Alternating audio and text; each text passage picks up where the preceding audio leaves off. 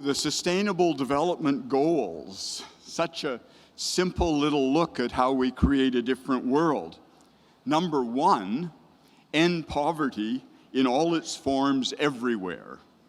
Well, I can't imagine that one's going to take too long. I'm sure that billionaires are just sitting waiting for us to bring it up so we can go to work on it. Let's start with a bit of context, shall we?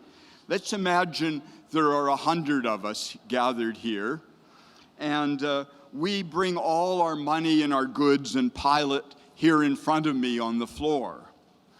Well, in 1966, when I was a student at this campus, if we did that and then we divided that money up, the richest 20 of us would go away with 43% of that wealth.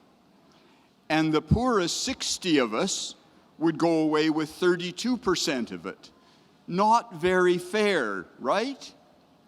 But today, if we did the same exercise and divided that wealth up, the richest 20 folks would walk away with 51% of that wealth, and the poorest 60 would have to share 23%. So the change has been in a negative direction.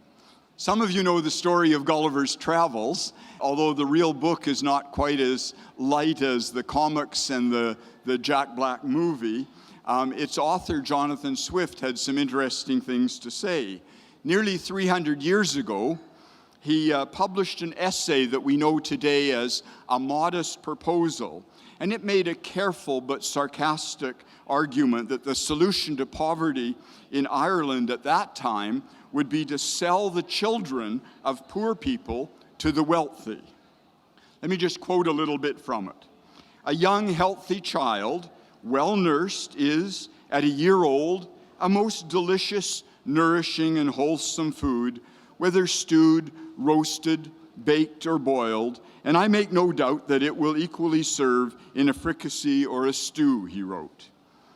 So the Sustainable Development Goals begin by declaring we must end poverty in all its forms everywhere. Easy to say, but as Swift's essay shows us, something that for a long time people have been struggling with. To really achieve it may well take radical action as dramatic and upsetting as Swift's proposal. We must realize it will only happen if we are ready to take on and take down the system of the dominant culture, not by finding friendly little feel-good compromises, but by being prepared for war. I'm not calling for violence, but the action on this goal is going to be fierce and demanding, and I hope in our few minutes today I can whet your own appetites to enlist in this initiative. We have to begin by understanding things are as they are, not by chance, but because someone benefits from the existence of poverty and inequality. And those who are benefiting from it will not easily surrender their much so others can have a little bit more. If we have any real interest in success on the first goal, we better understand it will be a mistake to underestimate the resistance there will be to our success. Donovan was a folk singer back in those same 60s when I was a student here, and he had a song that had a line in it that said, "The absurdity of greed, how much can one man possibly need?" That's the base of my comments today. We need to turn our heads 180 degrees and see that the issue at the heart of ending poverty is taking on greed and the selfish hoarding of wealth and the power that goes with it. In kindergarten, if one child grabs all the toys and won't let anyone else play with them, we gently explain about sharing. But in our growing-up world, we envy and we honor those who grab and hoard billions of dollars and use them for nothing more than to make billions of dollars more for themselves, while others in the same communities live for a month on what those people spend on a bottle of wine with dinner. The grandparent teachings of many of the indigenous people in this part of the world offer some sensible advice, I think, on this issue. They describe 7 essential qualities we need to integrate in our lives to live well and to live well together. One of those teachings is love. Let me start, since this word is often considered a bit flaky, with that word. I don't think it is a slight word. I think it's a tough and powerful resource for ending poverty. It's about having eyes that see that every person matters, that equality is a human truth. Love is the strength to put that belief into practice in daily life. Everyone has a right to be treated with dignity. We will all benefit from making sure that each one has the opportunity for full participation as they choose and as they are able. Taking on poverty with love means ensuring voice and power to each one, not some having grandstanding and being the spokespeople for others. Gandhi was talking about love when he said, "The world has enough for everyone's need, but not for everyone's greed." Another of the teachings is honesty. Today, in the deliberate, calculated use of fake news by many political leaders, the need for honesty is even more imperative. The massive deception over the decades of neoliberal propaganda that has been integrated into everywhere we get messages has resulted in far too many people who believe in so-called free market capitalism, deregulation, and that the less government, the better, that these are good things.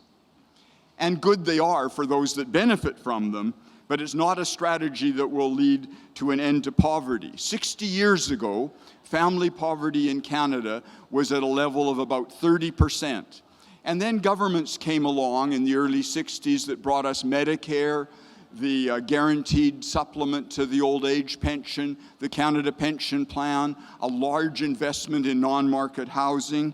And by 1980, family poverty in Canada had fallen to 13%. A third teaching is humility. Humble people listen more than they talk. They admit that if they have been wrong, they need to change what they're doing and how they're doing it. They realize that the information we really need comes from those with the lived experience of poverty and not from media pundits and experts and politicians. Humble people will admit it is a challenge to overcome the blindness of privilege. They will not buy into elitist myths that say when some accumulate spectacular wealth, it will magically overflow and trickle down to those that are poorer. Or the myth that a rising economic tide will somehow generously lift all the boats. Truth is another of the grandparent teachings. Often it's uncomfortable, even painful or frightening to face truth. Across the street from City Hall in downtown Edmonton, there's a piece of public art, the Homeless Memorial. 15 years ago, I started to invite people to come together to celebrate the lives of people who have died because they have been denied the right to decent housing. Since that time,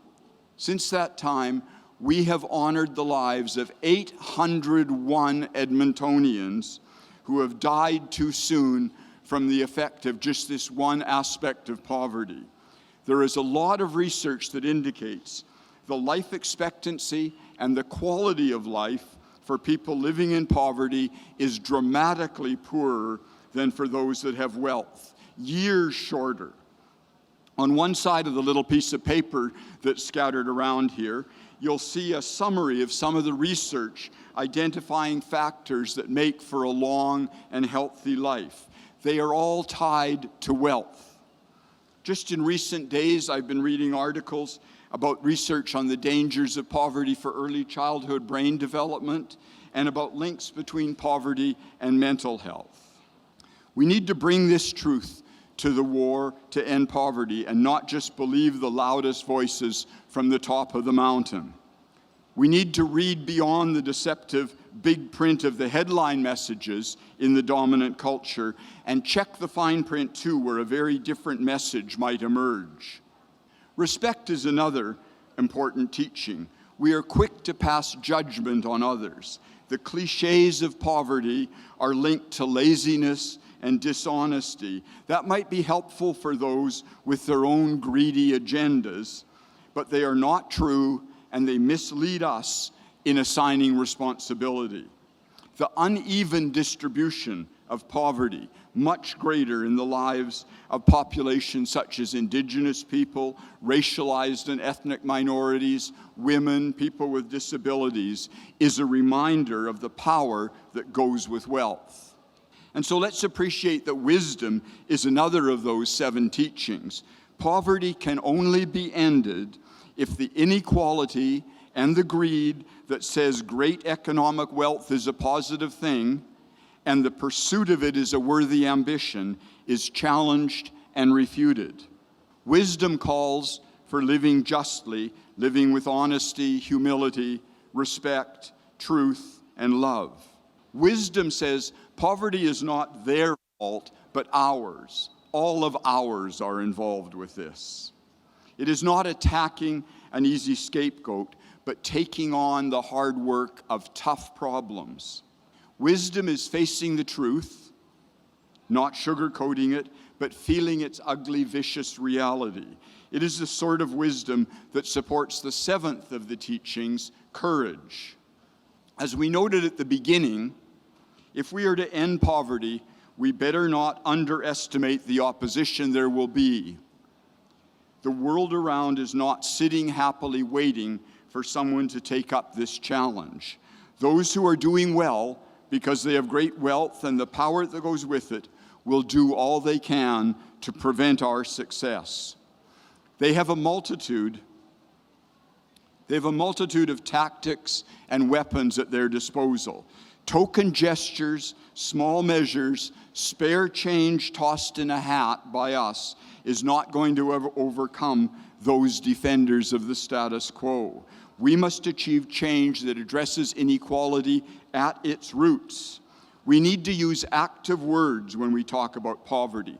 Words like oppression, exploitation, exclusion, not passive words that support a view that poverty is some kind of inevitable thing that has fallen from the skies, but words that point to the causes. We need to have courage to take action, not only for all the human beings that share our planet, without making judgments about who's worthy and who's not. Beyond that, we need to see that ending poverty involves caring for all our relations, all of the creation, not only people. We need to work for actions that make a difference, not for cosmetic tinkering. Measures like supporting labor unions, demanding better government investment in education and health care, like dental and pharmacare, more non-market housing and affordable childcare, like childcare and housing, tax systems where rich people and corporations pay a fair share and are not able to hide their wealth, stronger human rights legislation. Chanting at rallies and sharing Twitter comments is not enough. We need new people sitting in seats of power, making a new kind of decisions. We need to bring all the 7 grandparent teachings and the energy that goes with them to bear in a full-scale war on poverty. I said we must not underestimate the opposition we will meet in seeking to end poverty, but we also must not overestimate the opposition and become discouraged from taking up our part in the struggle.